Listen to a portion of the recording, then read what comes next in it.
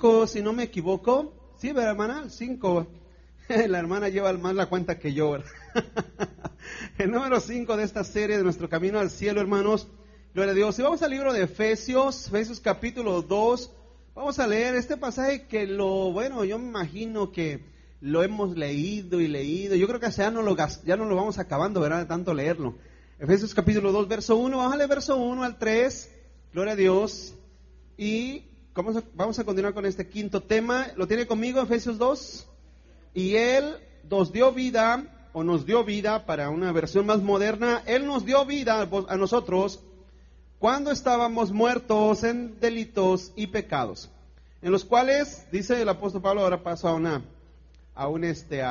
a pronombre más de segunda persona, dice, en los cuales anduvisteis en otro tiempo, siguiendo la corriente de este mundo, conforme al príncipe de la potestad del aire, el espíritu que ahora opera en los hijos de desobediencia, entre los cuales también todos nosotros vivimos. A ver, dígalo conmigo, todos nosotros vivimos en otro tiempo, en los deseos de nuestra carne, haciendo la voluntad de la carne y de los pensamientos, y éramos por naturaleza, ¿qué, hermanos? Hijos de ira, lo mismo que los demás. Amén. Gloria a Dios. Así es que el tema de esta quinta enseñanza de esta serie, hermano, es caminando contra la corriente. Vamos caminando al cielo, amén, hermanos. Los que hemos sido llamados a la vida eterna, nuestro camino, nuestro norte apunta al cielo, a la vida eterna. Así es que si usted no está seguro de eso, pues levante la mano, haga la oración del pecador. No sé qué. Si usted no está seguro de eso, arrepiéntase, pídale al Señor que lo perdone, pídele a Dios que tenga compasión de usted y que le dé esperanza de vida eterna. Amén. Acuérdese, hermano, que al cielo no entra absolutamente nadie que no haya sido redimido y perdonado por Cristo Jesús. Y para eso hay que pedírselo. Amén. Como el ciego Bartimeo, ¿qué decía? Hijo de David, ten misericordia de mí. Amén. Tenemos que pedir compasión y misericordia. Así es que vamos caminando contra la corriente. Oremos. Padre, gracias, Señor, por tu bendita palabra, Señor. Te pedimos, Señor, siga bendiciendo nuestra vida y nuestra alma, Señor, como lo hace hasta ahora, Señor. Te pedimos en el nombre de Jesús, Señor, habla nuestro corazón, que tu Espíritu, Señor, ministre nuestra alma, Señor. Te lo pedimos en el nombre de Cristo. Amén, amén, amén, Padre. Gloria a Dios. Tomen su asiento, hermano. Tomen su asiento. Fíjese, hemos estado hablando acerca de esta serie y meditaba precisamente hoy en la mañana acerca de este pasaje, hermano, que una de las cosas más importantes, veo y observo, que una de las cosas sumamente importantes para los cristianos, para los hijos de Dios, es entender y comprender claramente de dónde Cristo nos sacó, hermanos. Si un cristiano, si una persona que va a la iglesia no sabe, no entiende, no asimila la realidad de dónde Cristo lo sacó, se le va a hacer fácil regresar. De hecho, no solamente se le va a hacer fácil regresar, o se le puede hacer fácil regresar, sino que también le faltará la acentuación de gratitud en su alma y en su corazón, hermanos, de dónde Cristo nos rescató. ¿Sí? No solamente de una vida, porque hay mucha gente que dice, sí, hay mucha gente que su mente, su pensamiento no va tan lejos. Hay gente que dice, sí, a mí Dios me quitó lo borracho. Sí, es cierto, a mí Cristo me quitó lo idólatra. No, ya, antes yo hacía eso. Sí, a mí Cristo me quitó lo bailero. Hay personas que solamente piensan hasta ese grado. No, hermanos, no. Usted tiene que acordarse que Cristo lo perdonó y lo rescató de una eternidad de condenación, hermanos. ¿Sí? Una eternidad de condenación. Nuestros pecados, no importa que hayan sido pequeñitos y buenos y santos y yo no era tan pecador, no importa. Nuestros pecados nos conducían y nos arrastraban a una condenación eterna, hermanos.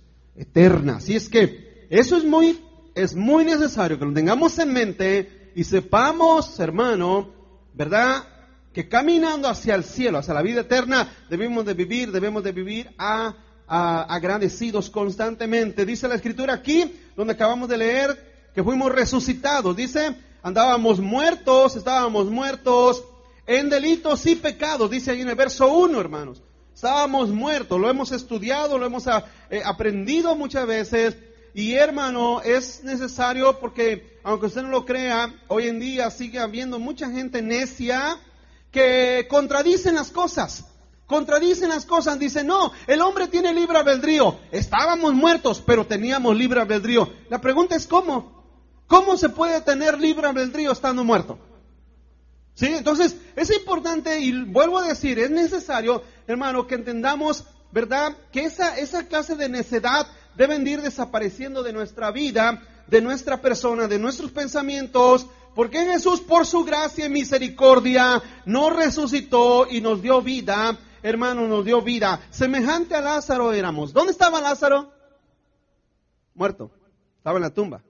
Así era nuestra vida, así era nuestra vida espiritual, así era nuestra vida. Todo lo que nos rodeaba, aunque éramos, vuelvo a decir, porque hay mucha gente que se siente buena, hay gente que se sienten personas no tan malas, pero aún así estábamos muertos en delitos y pecados, hermano. Entonces, si nosotros no podemos entender esa miserable condición y no podemos, hermano, mirar el olor o recordarnos el olor de muerte que desprendíamos, la pregunta es, hermano, pudiéramos notar absolutamente o la más mínima probabilidad, hermano, de cómo es posible que nos íbamos a dar vida a nosotros mismos. El cristiano que no logra entender esto, mire, le voy a decir una cosa absoluta. Escúcheme lo que le voy a decir, porque se lo voy a enseñar desde una perspectiva absoluta. Si usted no entiende y no comprende de dónde Cristo lo sacó para vivir como una persona digna del Señor,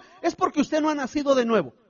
Francamente, usted no ha nacido de nuevo, porque eso es lo que transforma totalmente nuestra mentalidad y nuestro corazón. Saber que estábamos muertos, hermano, nuestra vida estaba destinada a algo, mas sin en cambio Cristo nos rescató. El Señor nos rescató y ahora vivimos para Él, hermanos. Eso es un absoluto. Y eso no se puede negociar. Vuelvo a decirle y le vuelvo a enseñar, hermano. Eso de tener una vida del mundo, una vida disfrutando del mundo, andando haciendo cosas del mundo, andando viviendo en la carne, en el pecado. Es una cosa, eso lo hacían los católicos. Eso lo hacíamos cuando vivíamos sin Dios. Pero ahora que conocemos a Cristo y Él vive en nuestra vida, Él nos ha rescatado, Él nos ha redimido, ahora nuestra vida le pertenece al Señor. Estábamos como Lázaro, estábamos así, vivíamos, y como se lo he dicho muchas veces y lo he enseñado bastantes veces, hermano, ¿verdad? Estábamos muertos en esa condición y lo he enseñado. Vamos todos ahorita, mire, hagan de cuenta que ahorita nos vamos al panteón, al cementerio, hermanos. Y nosotros empezamos a caminar ahí entre las tumbas, ¿sí? Vamos a caminar entre las tumbas. Y vamos a decir en una ideología especulativa que Dios nos da el poder de resucitar a una persona, un muerto, una persona que ya tenga ahí, no sé, 20, 30 años sepultado, muerto, ¿sí? Que ya está ahí su tumba, ahí está. Pero nosotros vamos caminando entre la tumba y nosotros decimos, ¿a cuál resucitamos? Y nosotros miramos, pues, a este vamos a resucitar y que lo levantemos. Hacemos una pregunta, hermano. ¿Ese muerto sabía de nuestra intención? Iglesia, ¿sabía la decisión que nosotros tomamos? Entonces, imagínense que vamos caminando. ¿A poco los muertos dicen, hey, a mí, resucítame a mí? ¿Hacen eso? La decisión tiene que ser nuestra, ¿sí o no? Así meramente es la decisión que Dios toma. Tú y yo estábamos muertos y Dios decidió darnos vida. Si nosotros buscarlo, Él nos buscó a nosotros. Si nosotros amarlo, Él nos amó primero. ¿Sí me explico? ¿Verdad que está bien clarito, hermanos? Entonces, esa es la condición. Imagínense, vamos caminando en el panteón y muchos se quedan ahí en la tumba. Muchos se quedan ahí, sin ninguna oportunidad, porque no se pueden dar vida a sí mismos. De esa misma manera, Cristo ha escogido a miles, millones de personas las ha escogido para vida eterna, les ha dado vida, pero a muchos no. A muchos simple y sencillamente quedan en sus tumbas espirituales y aunque están vivos, en una ocasión una persona se acercó al Señor y le dijo, deja que vaya primero y entierre a mi padre. Y le dijo el Señor, no, deja que los muertos entierren a sus muertos. Porque Dios no es Dios de muertos, sino de vivos. Amén, hermanos. Así es que el ser humano en su totalidad está muerto. Pero Dios ha decidido darnos vida. Él ha decidido, y ese es el primer comienzo de nuestro camino hacia el cielo. Me levanto. ¿Y qué hizo el ciego Bartimeo cuando resucitó la vista? Siguió a Jesús en el camino. Es lo que hace el cristiano nacido de nuevo, hermano. Sigue al Señor. La única poderosa voz que nuestro espíritu muerto escuchó fue la de Jesús, que nos dijo: ven fuera, ven fuera. Fuimos liberados de un poder de desobediencia. Vuelvo ahí mismo, en Efesios, donde estamos. Dice, en los cuales anduviste en otro tiempo, siguiendo la corriente de este mundo, conforme al príncipe, fíjese lo que dice, conforme al príncipe de la potestad del aire, el espíritu que ahora opera en los hijos de desobediencia. Fuimos liberados de un espíritu de desobediencia. Esa palabra desobediencia, la palabra griega apeiteo, que significa rehusar ser persuadido, que significa rehusar creer. Fíjese, significa voluntariamente no quiere ser obediente, es rebelde. Eso es lo que significa la palabra desobediente. Así éramos nosotros, porque además de muertos éramos también rebeldes contra Dios, y como si nada fuera, hermano, ¿verdad? Nuestra actitud hacia Dios y lo espiritual era repulsiva. En otras palabras, nosotros negábamos a Dios. Fíjese, era tan miserable nuestra condición, porque uno ve al ser humano cómo a veces reniega de Dios y a uno le da risa, ¿no? Es tan miserable la condición del hombre que todavía le dice a Dios: yo no quiero nada contigo, yo no quiero saber nada de ti, no quiero saber nada de tu palabra, no quiero saber nada de tu iglesia, no quiero saber nada de ti. Es todavía la condición del hombre, porque ese es el espíritu.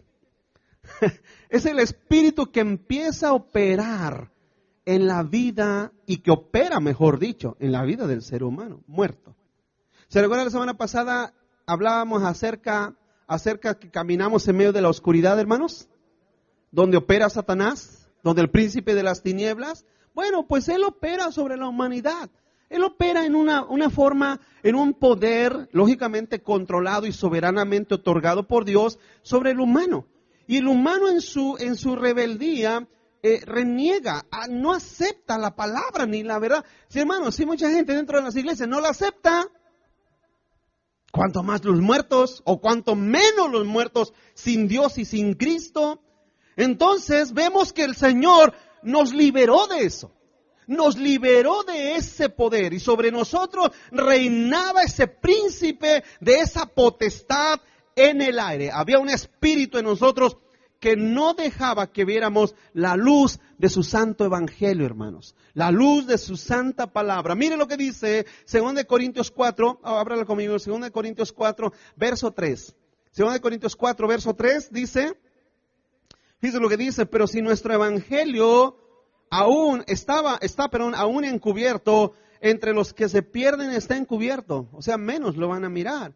En los cuales el Dios, fíjese cómo la Biblia lo llama, el Dios de este siglo, ¿sí? El Dios de este siglo, o sea, el Dios de la era presente o de la era humana, cegó el entendimiento de los incrédulos para que no les resplandezca la luz del Evangelio, ¿sí? De la gloria de Cristo, el cual es la imagen de Dios. Todavía, encima de que estábamos muertos, encima de eso, había un espíritu de rebeldía y de desobediencia que operaba sobre nosotros. Y encima de eso, hermano, estábamos ciegos a tal grado que no nos resplandecía ninguna clase de luz a nuestra vida. Les pregunto, ¿había alguna mínima esperanza para nosotros? Ninguna. Y yo a veces no me puedo entender, hermano, por qué mucha gente después que se entre comillas, se convierten, siguen iguales de rebeldes y siguen iguales de contumaces en contra de la palabra y de la verdad y del evangelio. Yo creo una cosa, yo creo que son apóstatas que reniegan internamente de la palabra de Dios. Son personas que no se complacen en la verdad, sino que se complacen en la injusticia, se complacen en las cosas, hermano, que van en contra de la luz de Cristo. Pero vemos cómo Satanás, hermano, reinaba y reina sobre el corazón de los humanos para que no le resplandezca esa luz, hermano. ¿Sí? Él es el líder de los poderes invisibles de este mundo. Eso es lo que significa en otra versión. El hombre jamás podrá ver, hermano, la luz de Cristo, jamás la podrá ver si es que Cristo no llega, no disipa, porque Él es la luz. ¿Cuántos lo creen? Él es la luz. Ahora fíjense lo que dice Pablo: si nuestro evangelio está encubierto, entre los que se pierden está encubierto, hermano. Usted sabe, Jesús dijo, hermano, que el que se avergüenza de Él se avergonzará delante de nuestro Padre, de nosotros, ¿sí o no, hermanos? Así es que donde estemos debemos ser luz. Debemos de brillar con la luz de Cristo y con la luz de la palabra. Pero pastor, me van a dejar de hablar, no importa, pero vas a librar tu alma, la tuya. Si el impío se pierde por tu culpa, la Biblia dice en Jeremías 3, la Biblia enseña que Dios te demandará la sangre de ese impío de tu mano. Si el impío se pierde por tu culpa.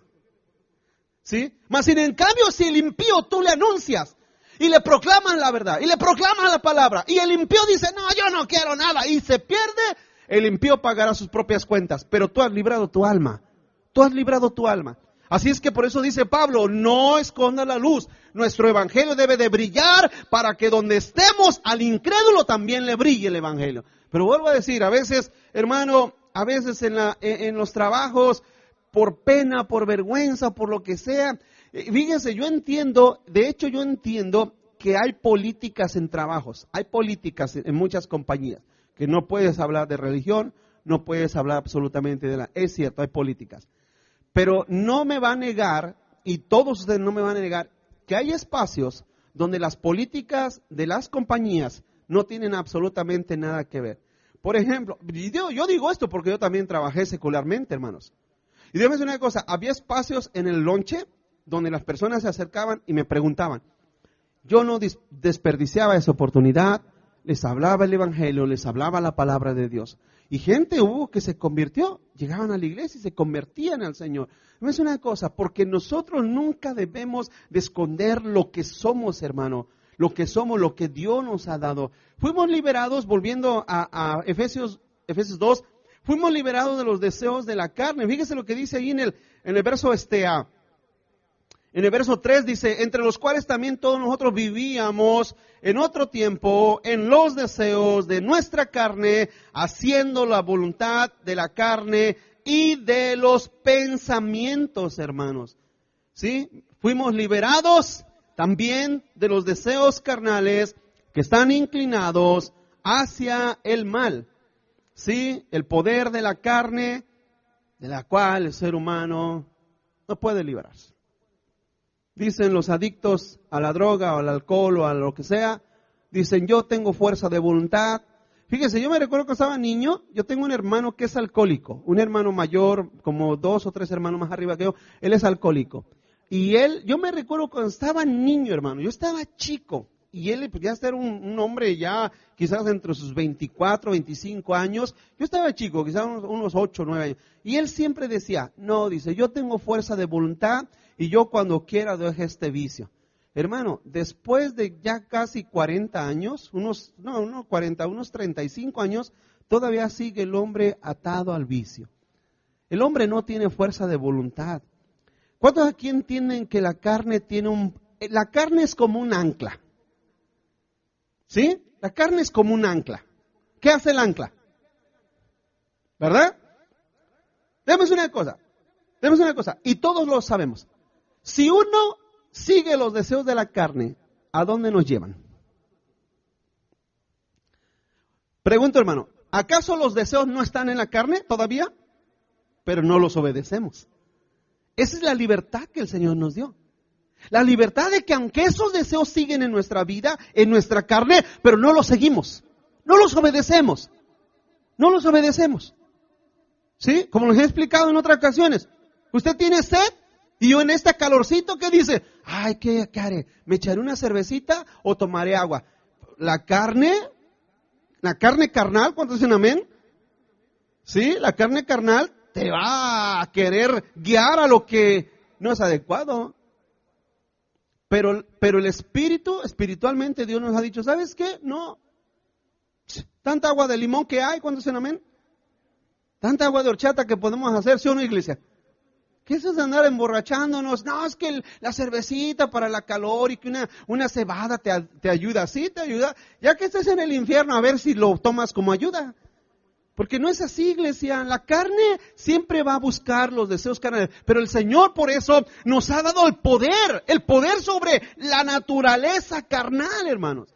Eso es lo que el Señor nos ha liberado, ¿sí? Y vuelvo a decir, hermano, el deseo que reinaba en la carne es solo muerte. Fíjese cómo dice ahí ese pasaje en el verso 4, dice, pero regresen al verso 4 de Efesios, dice,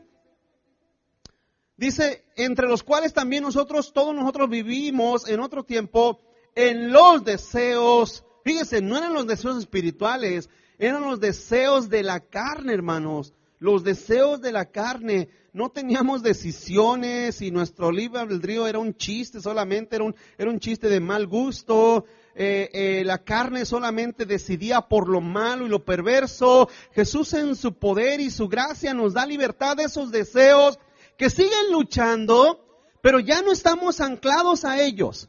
Siguen luchando en contra de nosotros, pero ya no reinan en nuestra vida, hermano, ya no reinan en nuestro corazón. Ahora Cristo, su Espíritu nos da libertad para no obedecerlos, ¿sí? Para no obedecerlos, iglesia. Y esa es la bendición de Dios a nuestra alma y a nuestra vida. Que ahora ya no, la pereza, ¿cuánta gente por pereza no dejan de servir al Señor? Y hermano, mire, hay gente tan perezosa que ni siquiera ni por su familia lucha, ni por su familia busca el bienestar. Es una cosa, todos esos deseos carnales desaparecen cuando el poder de Dios viene a nuestra vida, porque vuelvo a decir, hermano, ¿por qué mucha gente irá a la condenación? ¿Por qué mucha gente irá a la condenación? Ese dicho, ese mito que dicen que Dios aborrece el pecado, pero ama al pecador. ¿Lo han oído? ¿Cuántos lo han oído? Dios aborrece el pecado, pero ama al pecador. Les pregunto, hermano, ¿a quién va a mandar al infierno Dios? ¿Al pecado o al pecador? Entonces, ¿verdad que no? Claro que no. Entonces, no, es que Dios ama al pecador, pero aborrece el pecado, ¿sí? Entonces, ¿quién está ahorita quién está en el infierno? ¿Está el pecado o los pecadores? Si uno obedece a la carne te conduce al infierno, a la condenación, al pecado, ¿sí? Es otro medio. La carne caída, la carne subyugada a sus propios deseos, conduce a la eternidad sin Dios. De ahí nos liberó el Señor. De eso nos libertó Cristo. De eso nos libertó el Señor en su amor y su bondad y misericordia. Y ya no estamos sujetos a los deseos de la carne. Ya no. Ahora el Señor ha renovado, nos ha dado un espíritu nuevo. Ha puesto el poder de su Espíritu en nosotros y podemos, los cristianos, vivir en santidad, ¿o no? ¿O no, hermanos? ¿Ser santos? Porque yo soy santo, dijo el Señor. Y además dijo otra expresión más fuerte. Sin santidad, nadie verá al Señor. Entonces, yo soy santo. Hay gente que dice, no, pues hay que ser santos en el Espíritu. La carne, aunque no se pueda, ¿sí? ¿No es cierto? La santidad se expresa en el espíritu, en el alma y en la manera de vivir. Ojo, en la manera de vivir, no en la manera de vestir. En la manera de vivir. Amén, hermanos. No os confundáis, porque yo no soy santo porque traigo una corbata, ¿o sí?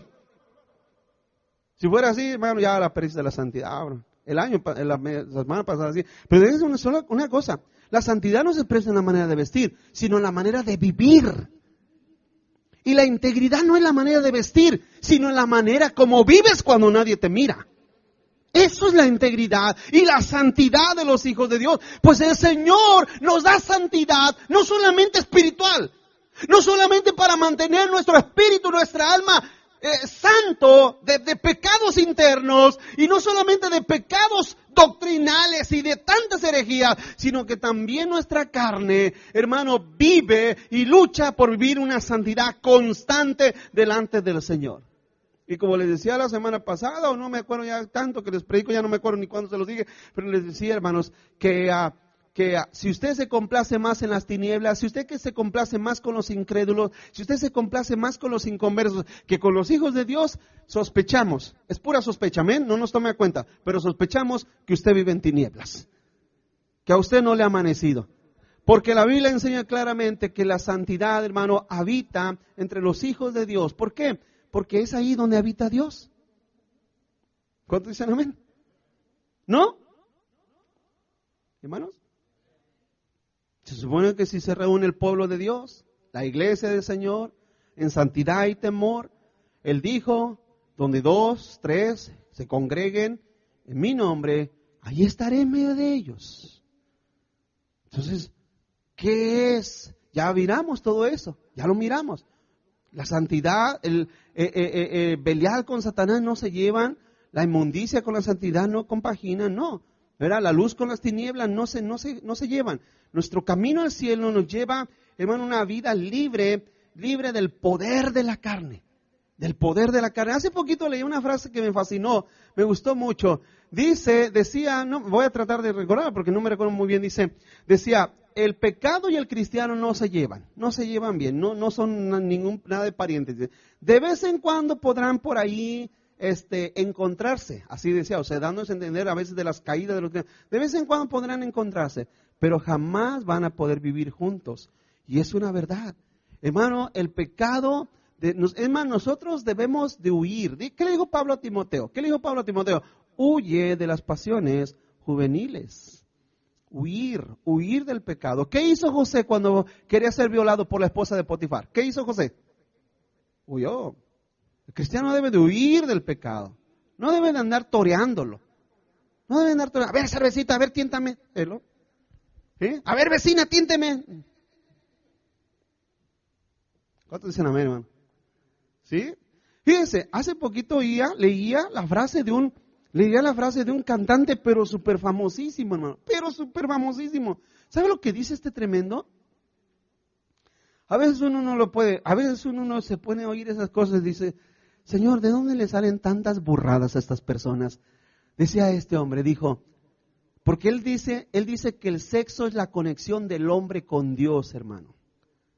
Yo ya no sé de dónde sacan estas ideas estas personas, pero dice él, cuando un joven va y toca a un prostíbulo, él está buscando a Dios.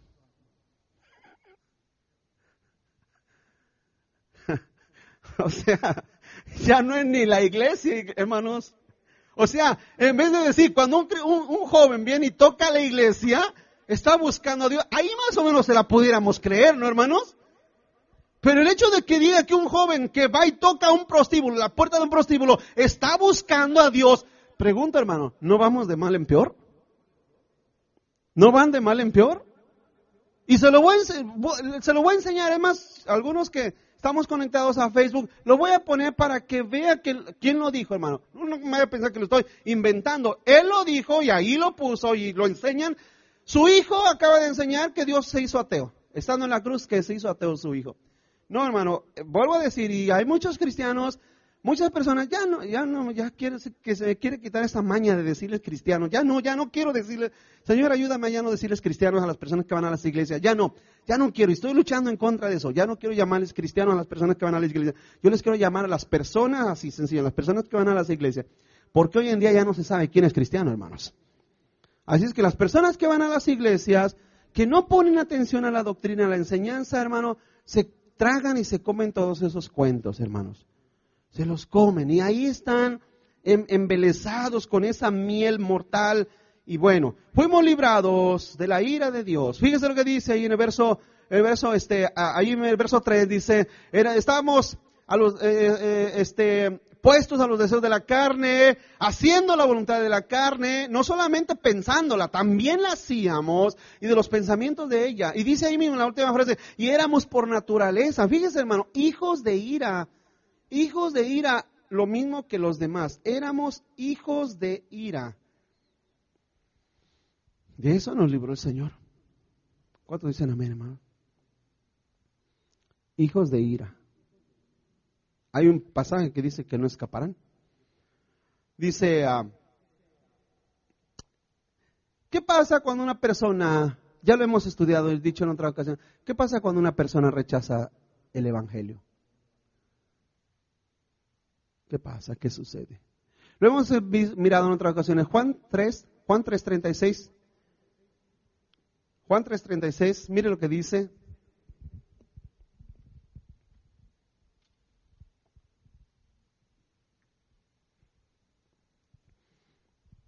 El que cree en el Hijo tiene vida eterna, pero el que rehúsa creer en el Hijo no verá la vida, sino que la ira de Dios estará. ¿Qué dice? ¿Estará? Está, ¿verdad? ¿En qué tiempo está hablando? Presente. Usted se acerca a su vecino. ¿Sabes qué, vecino? Vas directito a la condenación eterna. Arrepiéntete. Cree en Jesús como Señor y Salvador. No, que a mí no me hable de tu religión. En cuanto esa persona se da la vuelta, esa persona cae instantáneamente bajo la ira de Dios. La ira de Dios está sobre él. Por eso les he enseñado muchas veces que usted no vaya a una persona y le diga Dios te ama, porque eso no es cierto.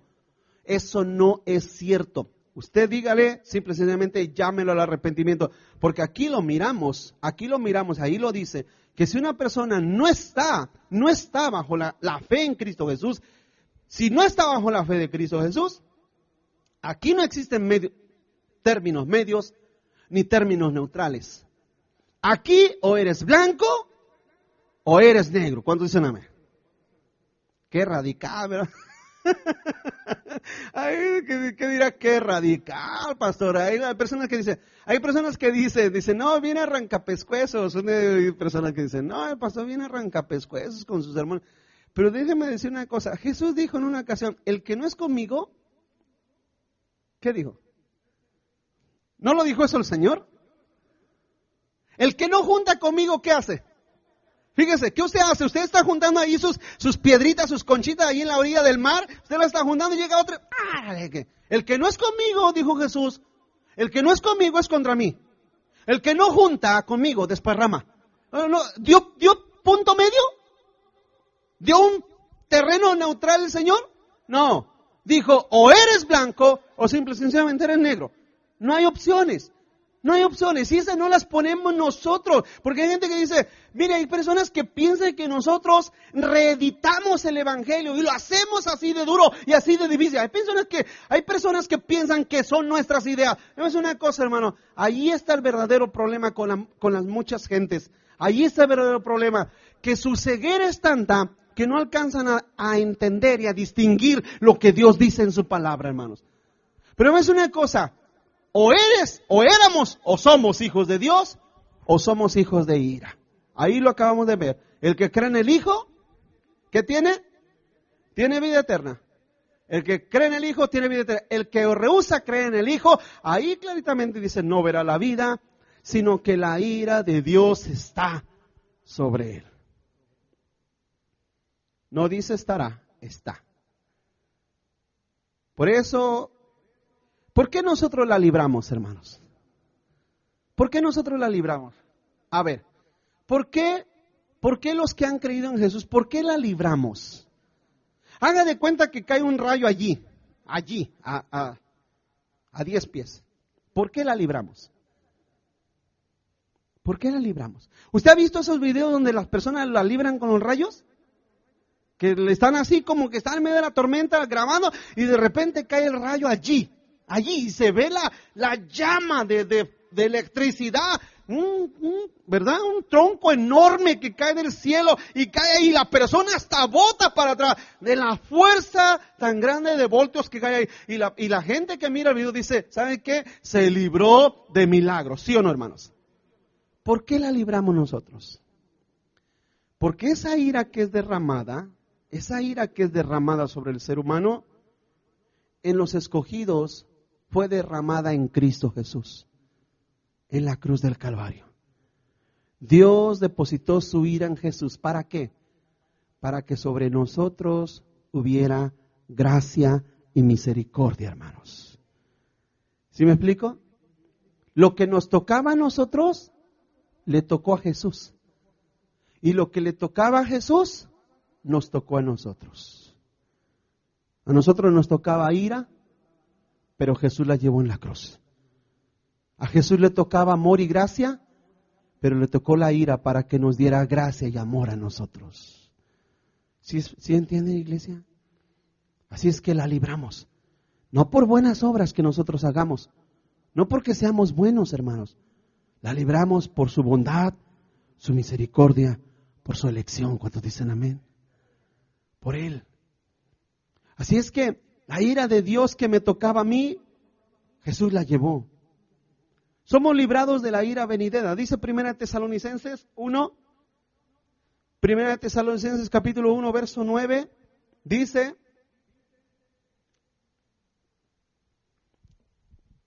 Primera de Tesalonicenses 1:9 dice: porque ellos mismos cuentan de nosotros la manera en que nos recibisteis y cómo se convirtieron de los ídolos a Dios para servir al Dios vivo y verdadero y esperar de los cielos a su Hijo, el cual resucitó de los muertos, a Jesús, quien nos libra de la ira venidera. Dicen por ahí que viene un avivamiento, ¿verdad? La Biblia dice otra cosa, hermanos. Hay gente que se la pasa, ¡ay, esperamos! Hace poquito estaba con unos pastores también que son medios hermanos y medios amigos míos, y me dice uno, porque, o sea, a veces hablan tonterías y yo le digo, no es así, por favor, no esté hablando tantas cosas tan incoherentes. Y entonces el hermano se enojó y me dice, no, es que a veces uno quiere entrar en avivamiento y hay quienes apagan el avivamiento. O sea, culpándome a mí que yo les apagaba su supuesto avivamiento, ¿no? Le dije, no, es que no es ningún avivamiento. ¿Cómo es que viene el verdadero avivamiento a la vida de las personas? ¿Sabes cuándo? Cuando te den ganas de leer la Biblia. Cuando te den ganas de leer la Biblia, ahí sí estarás verdaderamente avivado. ¿Cuántos dicen amén, hermano? Porque hay gente que se confunde, ay, llegué, miras qué bendición en la iglesia, miras cómo chilla, ay, no, hombre, qué avivamiento. Eso no es avivamiento, esas son emociones pasajeras. Esas son llamaradas de petate. ¿Cuántos dicen amén, hermanos? Esos son solamente chispazos ahí que les pasan a las personas y punto y aparte. Pero déjame una cosa, al rato se apagan. Se espuma. Se va. ¿Sí o no? ¿Verdad? Caen y, ay, el Señor me toca y déjame una cosa, a veces hay tantas cosas que... Pero ellos piensan que es el avivamiento. No, estamos bien avivados. ¿Por qué? Vieras que no, hombre, en cuanto empiezan la alabanza. No, eso no es avivamiento. El verdadero avivamiento con la gente, con los hijos de Dios, viene cuando les da, por gracia y bondad de Dios, ganas de leer la palabra de Dios, hermanos. Cuando les da hambre por la palabra del Señor, entonces podemos decir que la persona está en un verdadero avivamiento. Bueno, Dios nos va a librar y nos ha librado de la ira venidera. ¿Cuántos dicen amén, hermano? ¿Qué es lo que viene sobre la humanidad, sobre la tierra? Ira venidera. Ahí mismo, 1 Tesalonicenses capítulo 5, ahí mismo en ese libro, el verso 9. Dice, el verso 9 dice, capítulo 5, verso 9, porque no nos ha puesto Dios para ira, sino para alcanzar salvación por medio de nuestro Señor Jesucristo, quien murió por nosotros, para ya sea que velemos o que durmamos, vivamos juntamente con Él. Amén, hermanos. No nos ha puesto Dios para ira, sino para salvación. Porque pues Dios en su eterno consejo y su soberanía, a ver, se oye muy simple, hermanos. Se oye muy sencillo, pero en realidad es la decisión más sublime y soberana que Dios ha tomado en la grandeza de su misericordia. Que Dios ha decidido perdonarte, a ti y a mí.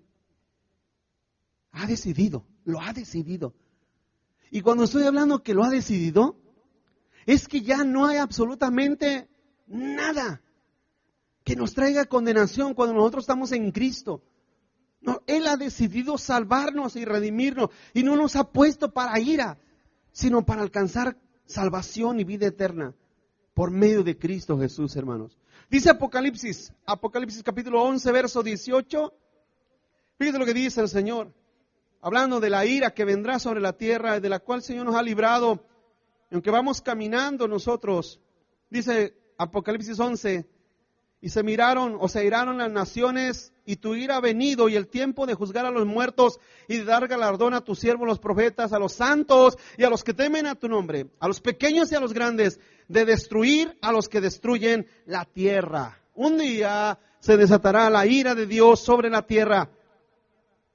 Sobre la tierra. ¿Sí? Un día, lo que se consumió en Cristo en la cruz, se consumirá sobre los hijos de desobediencia, hermano. Jesús nos libró de eso. Por eso nuestro caminar hacia el cielo debe ser de gratitud y fidelidad a aquel que ha tenido compasión de nosotros. Volvemos a Efesios 2. Dice, Efesios 2, quiero leerlo una vez más, el verso 2. Efesios 2:2 dice, en el cual anduvisteis en otro tiempo, siguiendo la corriente de este mundo. Fíjese, conforme al príncipe de la potestad del aire, el espíritu que ahora opera en los hijos de desobediencia. Hermanos, ahora nuestro caminar y nuestro andar debe de ser contra la corriente, hermanos. ¿Sí? Contra la corriente. Seguíamos la corriente de este mundo. Andábamos en la corriente de este mundo. Ya no aprobamos lo que el mundo cree, ni piensa, ni sigue, aunque se vea bonito y deslumbrante, pero todo su final será un final de muerte, hermanos. El que vive en plena desobediencia delante de Dios aparenta, es pura apariencia. Todo lo que el mundo hace, piensa y dice es pura apariencia de que todo está bien y que todo va viento en popa. Pero esa desobediencia los traiciona, hermanos, y un día, ¿verdad? Un día esa misma desobediencia les cobrará la eternidad con sus propias almas. Este mundo es una apariencia, hermanos. Usted prende el televisor y ve un deslumbrar del mundo. Y muchos son atraídos hacia ello. Muchos son arrastrados por los deseos del mundo. Muchos siguen siguiendo sus propias pasiones, siguiendo los propios deseos de su carne y de su corazón no redimido, buscan y se dejan deslumbrar por los destellos de este mundo. Pero Cristo nos ha resucitado. Amén, hermanos. Haga de cuenta, fíjese, que usted va en una corriente, en un río. Va en un río. Pero ese río va lleno de muertos. Y más allá adelante está una cascada, un desfiladero, una cascada donde todo el río desemboca. ¿Cuántos aquí conocen las cataratas del Niágara? ¿Han oído? ¿Las han visto?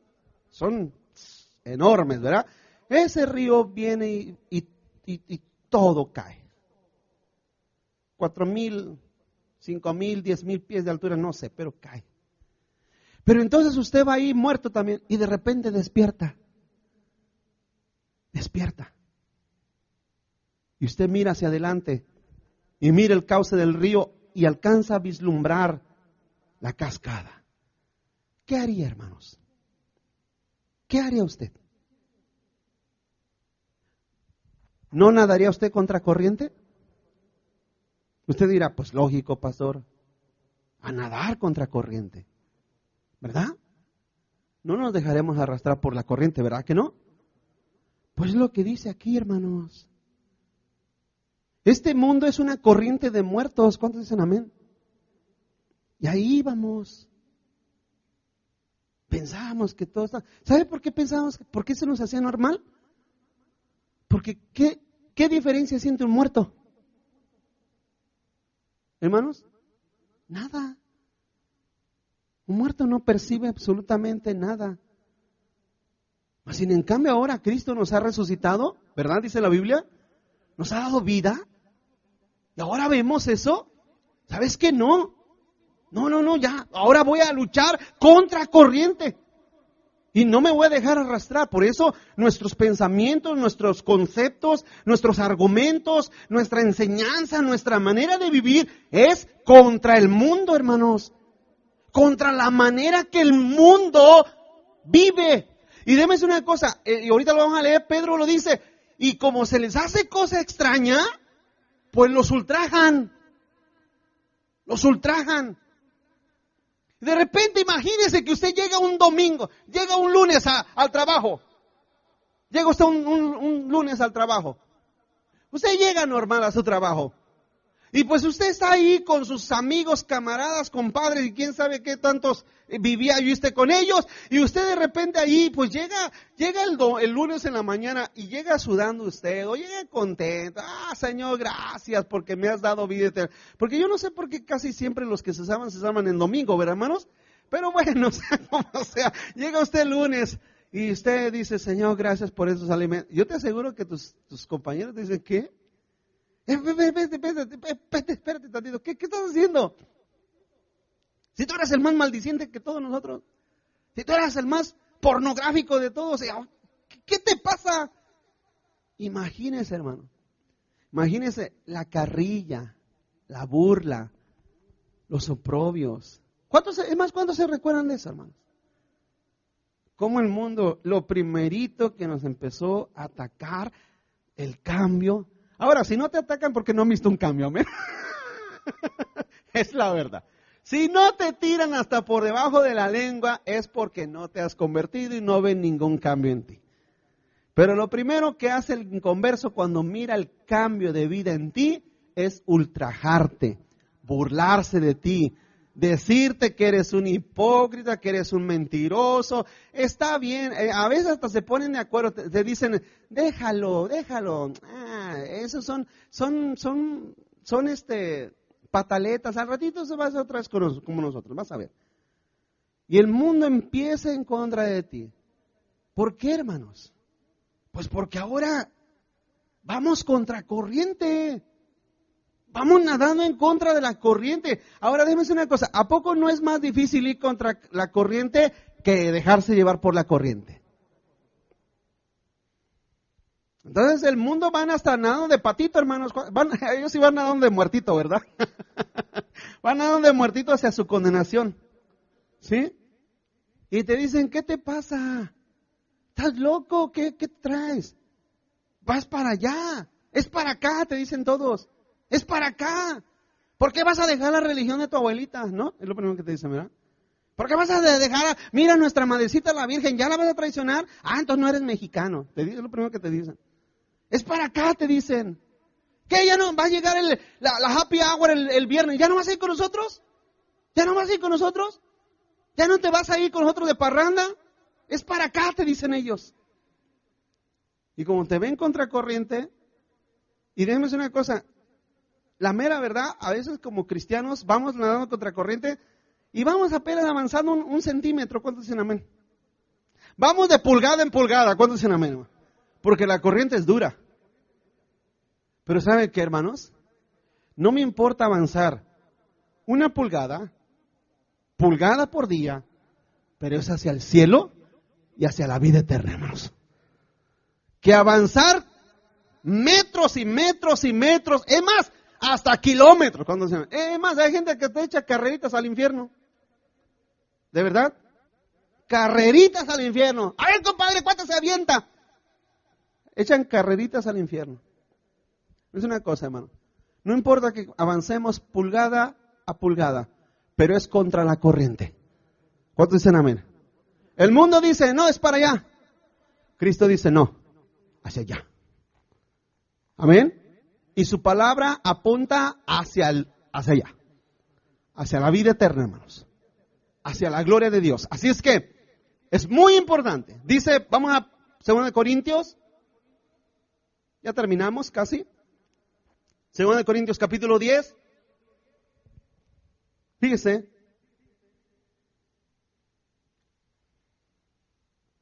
Verso 3. 2 Corintios 10:3 dice, pues aunque andamos en la carne, no militamos según la carne. O sea, vivimos todavía en un muerto carnal, en un cuerpo carnal, ¿amén, hermanos? Pero no vivimos conforme a lo que la carne piensa o lo que la carne anhela. El 4. Porque las armas de nuestra milicia no son carnales, sino poderosas en Dios para la destrucción de fortalezas, derribando argumentos, dice, derribando argumentos y toda altivez que se levanta contra la obediencia de Dios y llevando cautivo todo pensamiento a la obediencia a Cristo. Dice, ahora tenemos el poder, por su gracia y bondad, tenemos el poder de sujetar nuestros pensamientos en obediencia, hermanos. El 6, y estando prontos a castigar toda desobediencia. Antes nos complacíamos en la desobediencia, ¿verdad? Nos complacíamos, ahora la castigamos. ¿Cómo castigamos la desobediencia? ¿Cómo la castigamos? Obedeciendo a Dios. Dice, cuando vuestra obediencia sea perfecta. En nuestro caminar al cielo, hermano, debemos de mejorar y cada vez mejorar y ser mejores cristianos, mejores discípulos, mejores hijos de Dios. Debemos de disciplinarnos en la lectura, en la oración, en la práctica de la vida cristiana. Debemos de perfeccionarnos en la obediencia, debemos de perfeccionarnos en la santidad, debemos de perfeccionarnos en el servicio a Dios. Eso debe de ser la vida del cristiano, eso debe de ser nuestra vida como hijos de Dios, hermano, como hijos del Señor en nuestro camino a la vida eterna. Dice 1 de Pedro 1, verso 22, 1 Pedro 1, 22, dice, habiendo purificado vuestras almas por la obediencia a la verdad, mediante el Espíritu, para el amor fraternal. Fíjese lo que dice, no fingido, amaos unos a otros entrañablemente de corazón puro, hermanos. ¿Cuántos aquí saben que la verdad purifica? La verdad santifica. Dijo Jesús, si no me equivoco, en el capítulo 17 de Juan, dijo él, santifícalos en tu verdad. A ver, ponlo, Juan 17, 17, si no me equivoco, santifícalos en tu verdad. Y fíjese lo que dice, tu palabra es tu verdad. Si no me equivoco es ese. Ok, entonces vemos cómo la verdad nos santifica. Su palabra trae purificación, ahí está. Santifícalos en tu verdad. ¿Sí? Qué tremendo, ¿verdad? En otras palabras, entre más la verdad amo,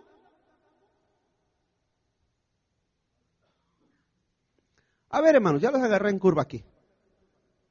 Entre más la verdad amo, más nos santificamos.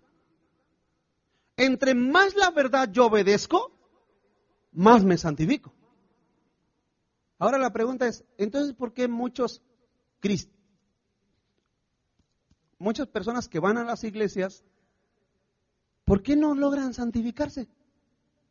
Porque ni aman la verdad, son hipócritas, tienen un amor fingido, fingen amarnos, fingen ser de nosotros, fingen estar contentos entre nosotros, pero Dios que conoce, ¿a poco Dios no conoce el corazón? Iglesia, ¿no conoce Dios el corazón? Claro. Entonces, cuando tú amas la verdad de corazón, de tu corazón, no de labios, no de labios. ¿Qué dijo Juan? Amémonos de corazón, no de labios solamente. Dios dijo en su palabra, este pueblo de labios, ¿qué? Me honra, pero su corazón, ¿dónde está? Anda allá en el remate, ¿no? Allá anda lejos, por allá anda lejos. Sus labios me honran. Entonces, el hombre tiene capacidad de honrar, de amar y de bendecir a Dios con su boca. No, mi Señor, mi Dios, así, hasta pone trompa de pato. No, mi Dios, mi Señor, mi Jesucristo. Para la trompita así para con Dios. Pero es una cosa, Dios conoce el corazón. Dios conoce el interior. Entre más amo la verdad, más me santifico. Porque la Biblia lo dice. Tu palabra es verdad. Santifícalos en tu verdad. Entonces, nuestro caminar hacia la vida eterna nos lleva hacia eso, hermanos. Efesios capítulo 6, verso 10. Efesios 6, verso 10 dice, por lo demás, hermanos míos, fortalezcanse en el Señor y en el poder de su fuerza. Vístanse, dice, de toda la armadura de Dios para que puedan estar firmes contra las acechanzas del diablo, porque no tenemos lucha contra carne ni sangre, sino contra principados, contra potestades, contra los gobernadores de las tinieblas de este siglo, contra huestes espirituales de maldad en las regiones celestes. Pablo nos advierte contra quién es esa lucha constante. No es con el vecino, no es con el compañero de trabajo, no es la familia, no es las huestes de maldad, es contra las huestes de maldad, no es contra nadie humano, es contra las huestes de maldad. Los humanos solamente son títeres que el diablo usa para atacarnos. Entonces, ¿qué nos aconseja Pablo? Continúo leyendo ahí mismo, el verso 13, dice, por tanto, tomar toda la armadura de Dios para que puedan resistir en el día malo y habiendo acabado todo, estén firmes. ¿Sí? Verso 14. Estar pues firmes, ceñidos vuestros lomos con la verdad y vestidos con la coraza de justicia y calzados los pies con el apresto del evangelio de la paz. Sobre todo, dice, si se te olvida una cosa, vamos a dar cuenta que no has aprendido a usar todavía toda la armadura de Dios. Pero hay algo que no se te debe de olvidar. Ahí lo dice Pablo. Sobre todo. Sobre todas las cosas, agarra algo que lo vas a necesitar. ¿Qué es? Sobre todo, el escudo de la fe. El escudo de la fe con el cual podáis apagar los dardos de fuego del maligno. Y tomar el yelmo de la salvación y la espada del Espíritu, que es la palabra de Dios. Orando, dice el verso 18, orando en todo tiempo, con toda oración y súplica en el Espíritu. Y velando con todo, en ello, con toda perseverancia y súplica por todos los santos. Amén. El diablo te va a querer arrastrar en la corriente.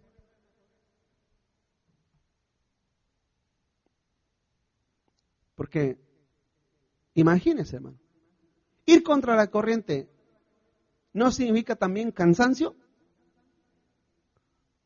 Porque pues, tú estás haciendo fuerza para ir nadando contra la corriente. El muerto no, ya se lo dije, el muerto va de patito. ¿Cuántos dicen amén? El muerto va nadando de muertito, hermanos. ¿Qué esfuerzo hace? Ninguno. Pero el cristiano sí. Por eso Jesús dijo, esforzaos por entrar por la puerta angosta. Porque, ¿qué le dijo a Josué? Esfuérzate y sé valiente. Eso le dijo a Josué. ¿Quién dijo que el cristianismo era una pachanga? ¿Quién dijo que el cristianismo nada más era vestirnos bonitos el domingo y venir no sé, quizás se nos echó a perder el aire acondicionado en la casa y dice, pues vamos a la iglesia porque allá se hay aire acondicionado? ¿Quién dijo que el cristianismo era eso? ¿Quién dijo que el cristianismo es andar, no sé, quién dijo que es eso? El cristianismo es morir a nosotros mismos. El cristianismo es rechazar este mundo, iglesia. Amén. El cristianismo es negarnos a nosotros mismos. Amar y ser discípulos del Señor es ir en contra de medio mundo. En contra de medio mundo. En contra de tus familiares, en contra de los vecinos, en contra de los compañeros de trabajo. Ser cristiano y discípulo del Señor es a veces ir en contra incluso hasta de propias iglesias. De iglesias enteras. Pero pastor, aquí dice esto. No, hermano, usted no sea religioso. Usted es un hipócrita, no sea religioso. Ore para que Dios le revele. Pero la Biblia dice esto. Vuelvo a decir, porque hoy en día hay muchos hombres que han convertido en libertinaje la gracia del Señor. ¿Sí me explico, hermanos? Han convertido en libertinaje la gracia de Dios. Y entonces dejan que las cabras salten y brinquen y se topen unas con otras, porque es lo que hacen las cabras, ¿sí o no? Andan topándose nada más unas con otras. Y entonces la oveja lógicamente llega y empieza a mirar, oye, ¿qué pasó? Pastor, ¿sabe qué? Aquí dice la Biblia esto. No sea religioso. Entonces tienes que ir en contra de eso, hermanos. ¿Qué les he dicho? Los vivos, mire, los vivos y las ovejas hablan el mismo lenguaje. ¿Cuántos dicen amén? Pero las ovejas y las cabras no hablan lo mismo. Y los muertos y los vivos tampoco se comunican, ¿o sí?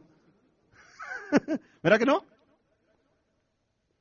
¿Verdad? Entonces, Vamos contra corriente. Vamos a ir contra de ella. Pero pastor, mi abuelita no quiere, déjala. Déjala que los muertos se entierren a sus muertos.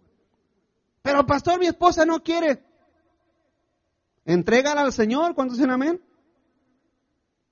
Pero pastor, mi esposo no quiere. Déjaselo al Señor. ¿A poco podrás salvarlo tú? Déjaselo al Señor. Tú honra a Dios. Tú sirve al Señor.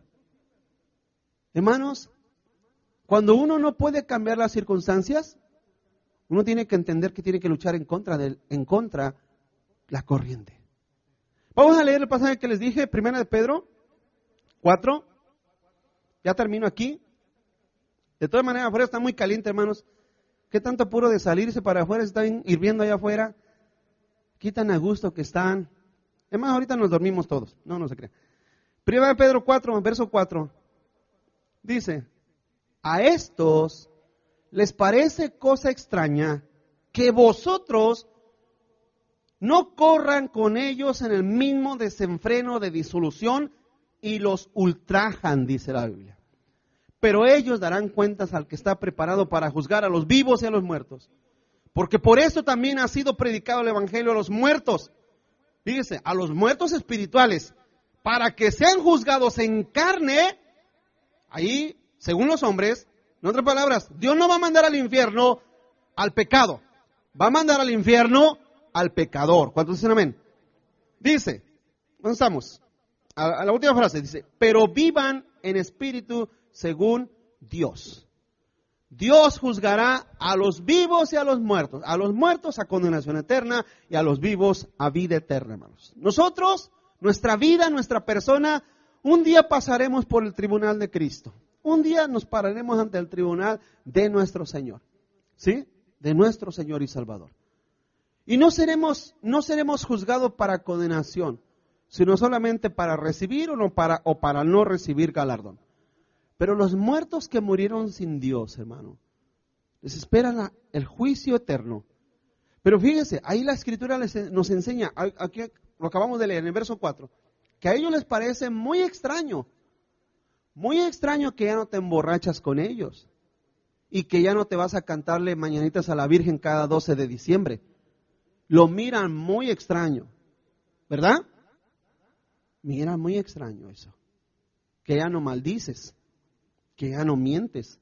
Antes te aventaba las mentirotas más excelentes, pero ahora te miran y dicen, oye, ¿qué le pasó a Paricio? Ya no miente. ¿Qué le pasó a fulano, a fulana? Ya no maldicen. ¿Te acuerdas que era bien maldiciente? ¿Te acuerdas que era bien borracho? ¿Te acuerdas que era un perdido igual que nosotros o peor? ¿Qué pasó? Les parece cosa extraña. Y entonces, como no pueden hacer nada contra ti, en otras palabras, mire hermano, si a Jesús, ¿qué tanto no le hicieron? ¿Qué tanto no le hicieron? Al Hijo de Dios. ¿Usted cree que nosotros merecemos mejor trato? ¿Hermanos? No. Entonces, si se burlan, no venga chillando. Ay, pastor, es que mi trabajo se burlan de mí. No sea chillón.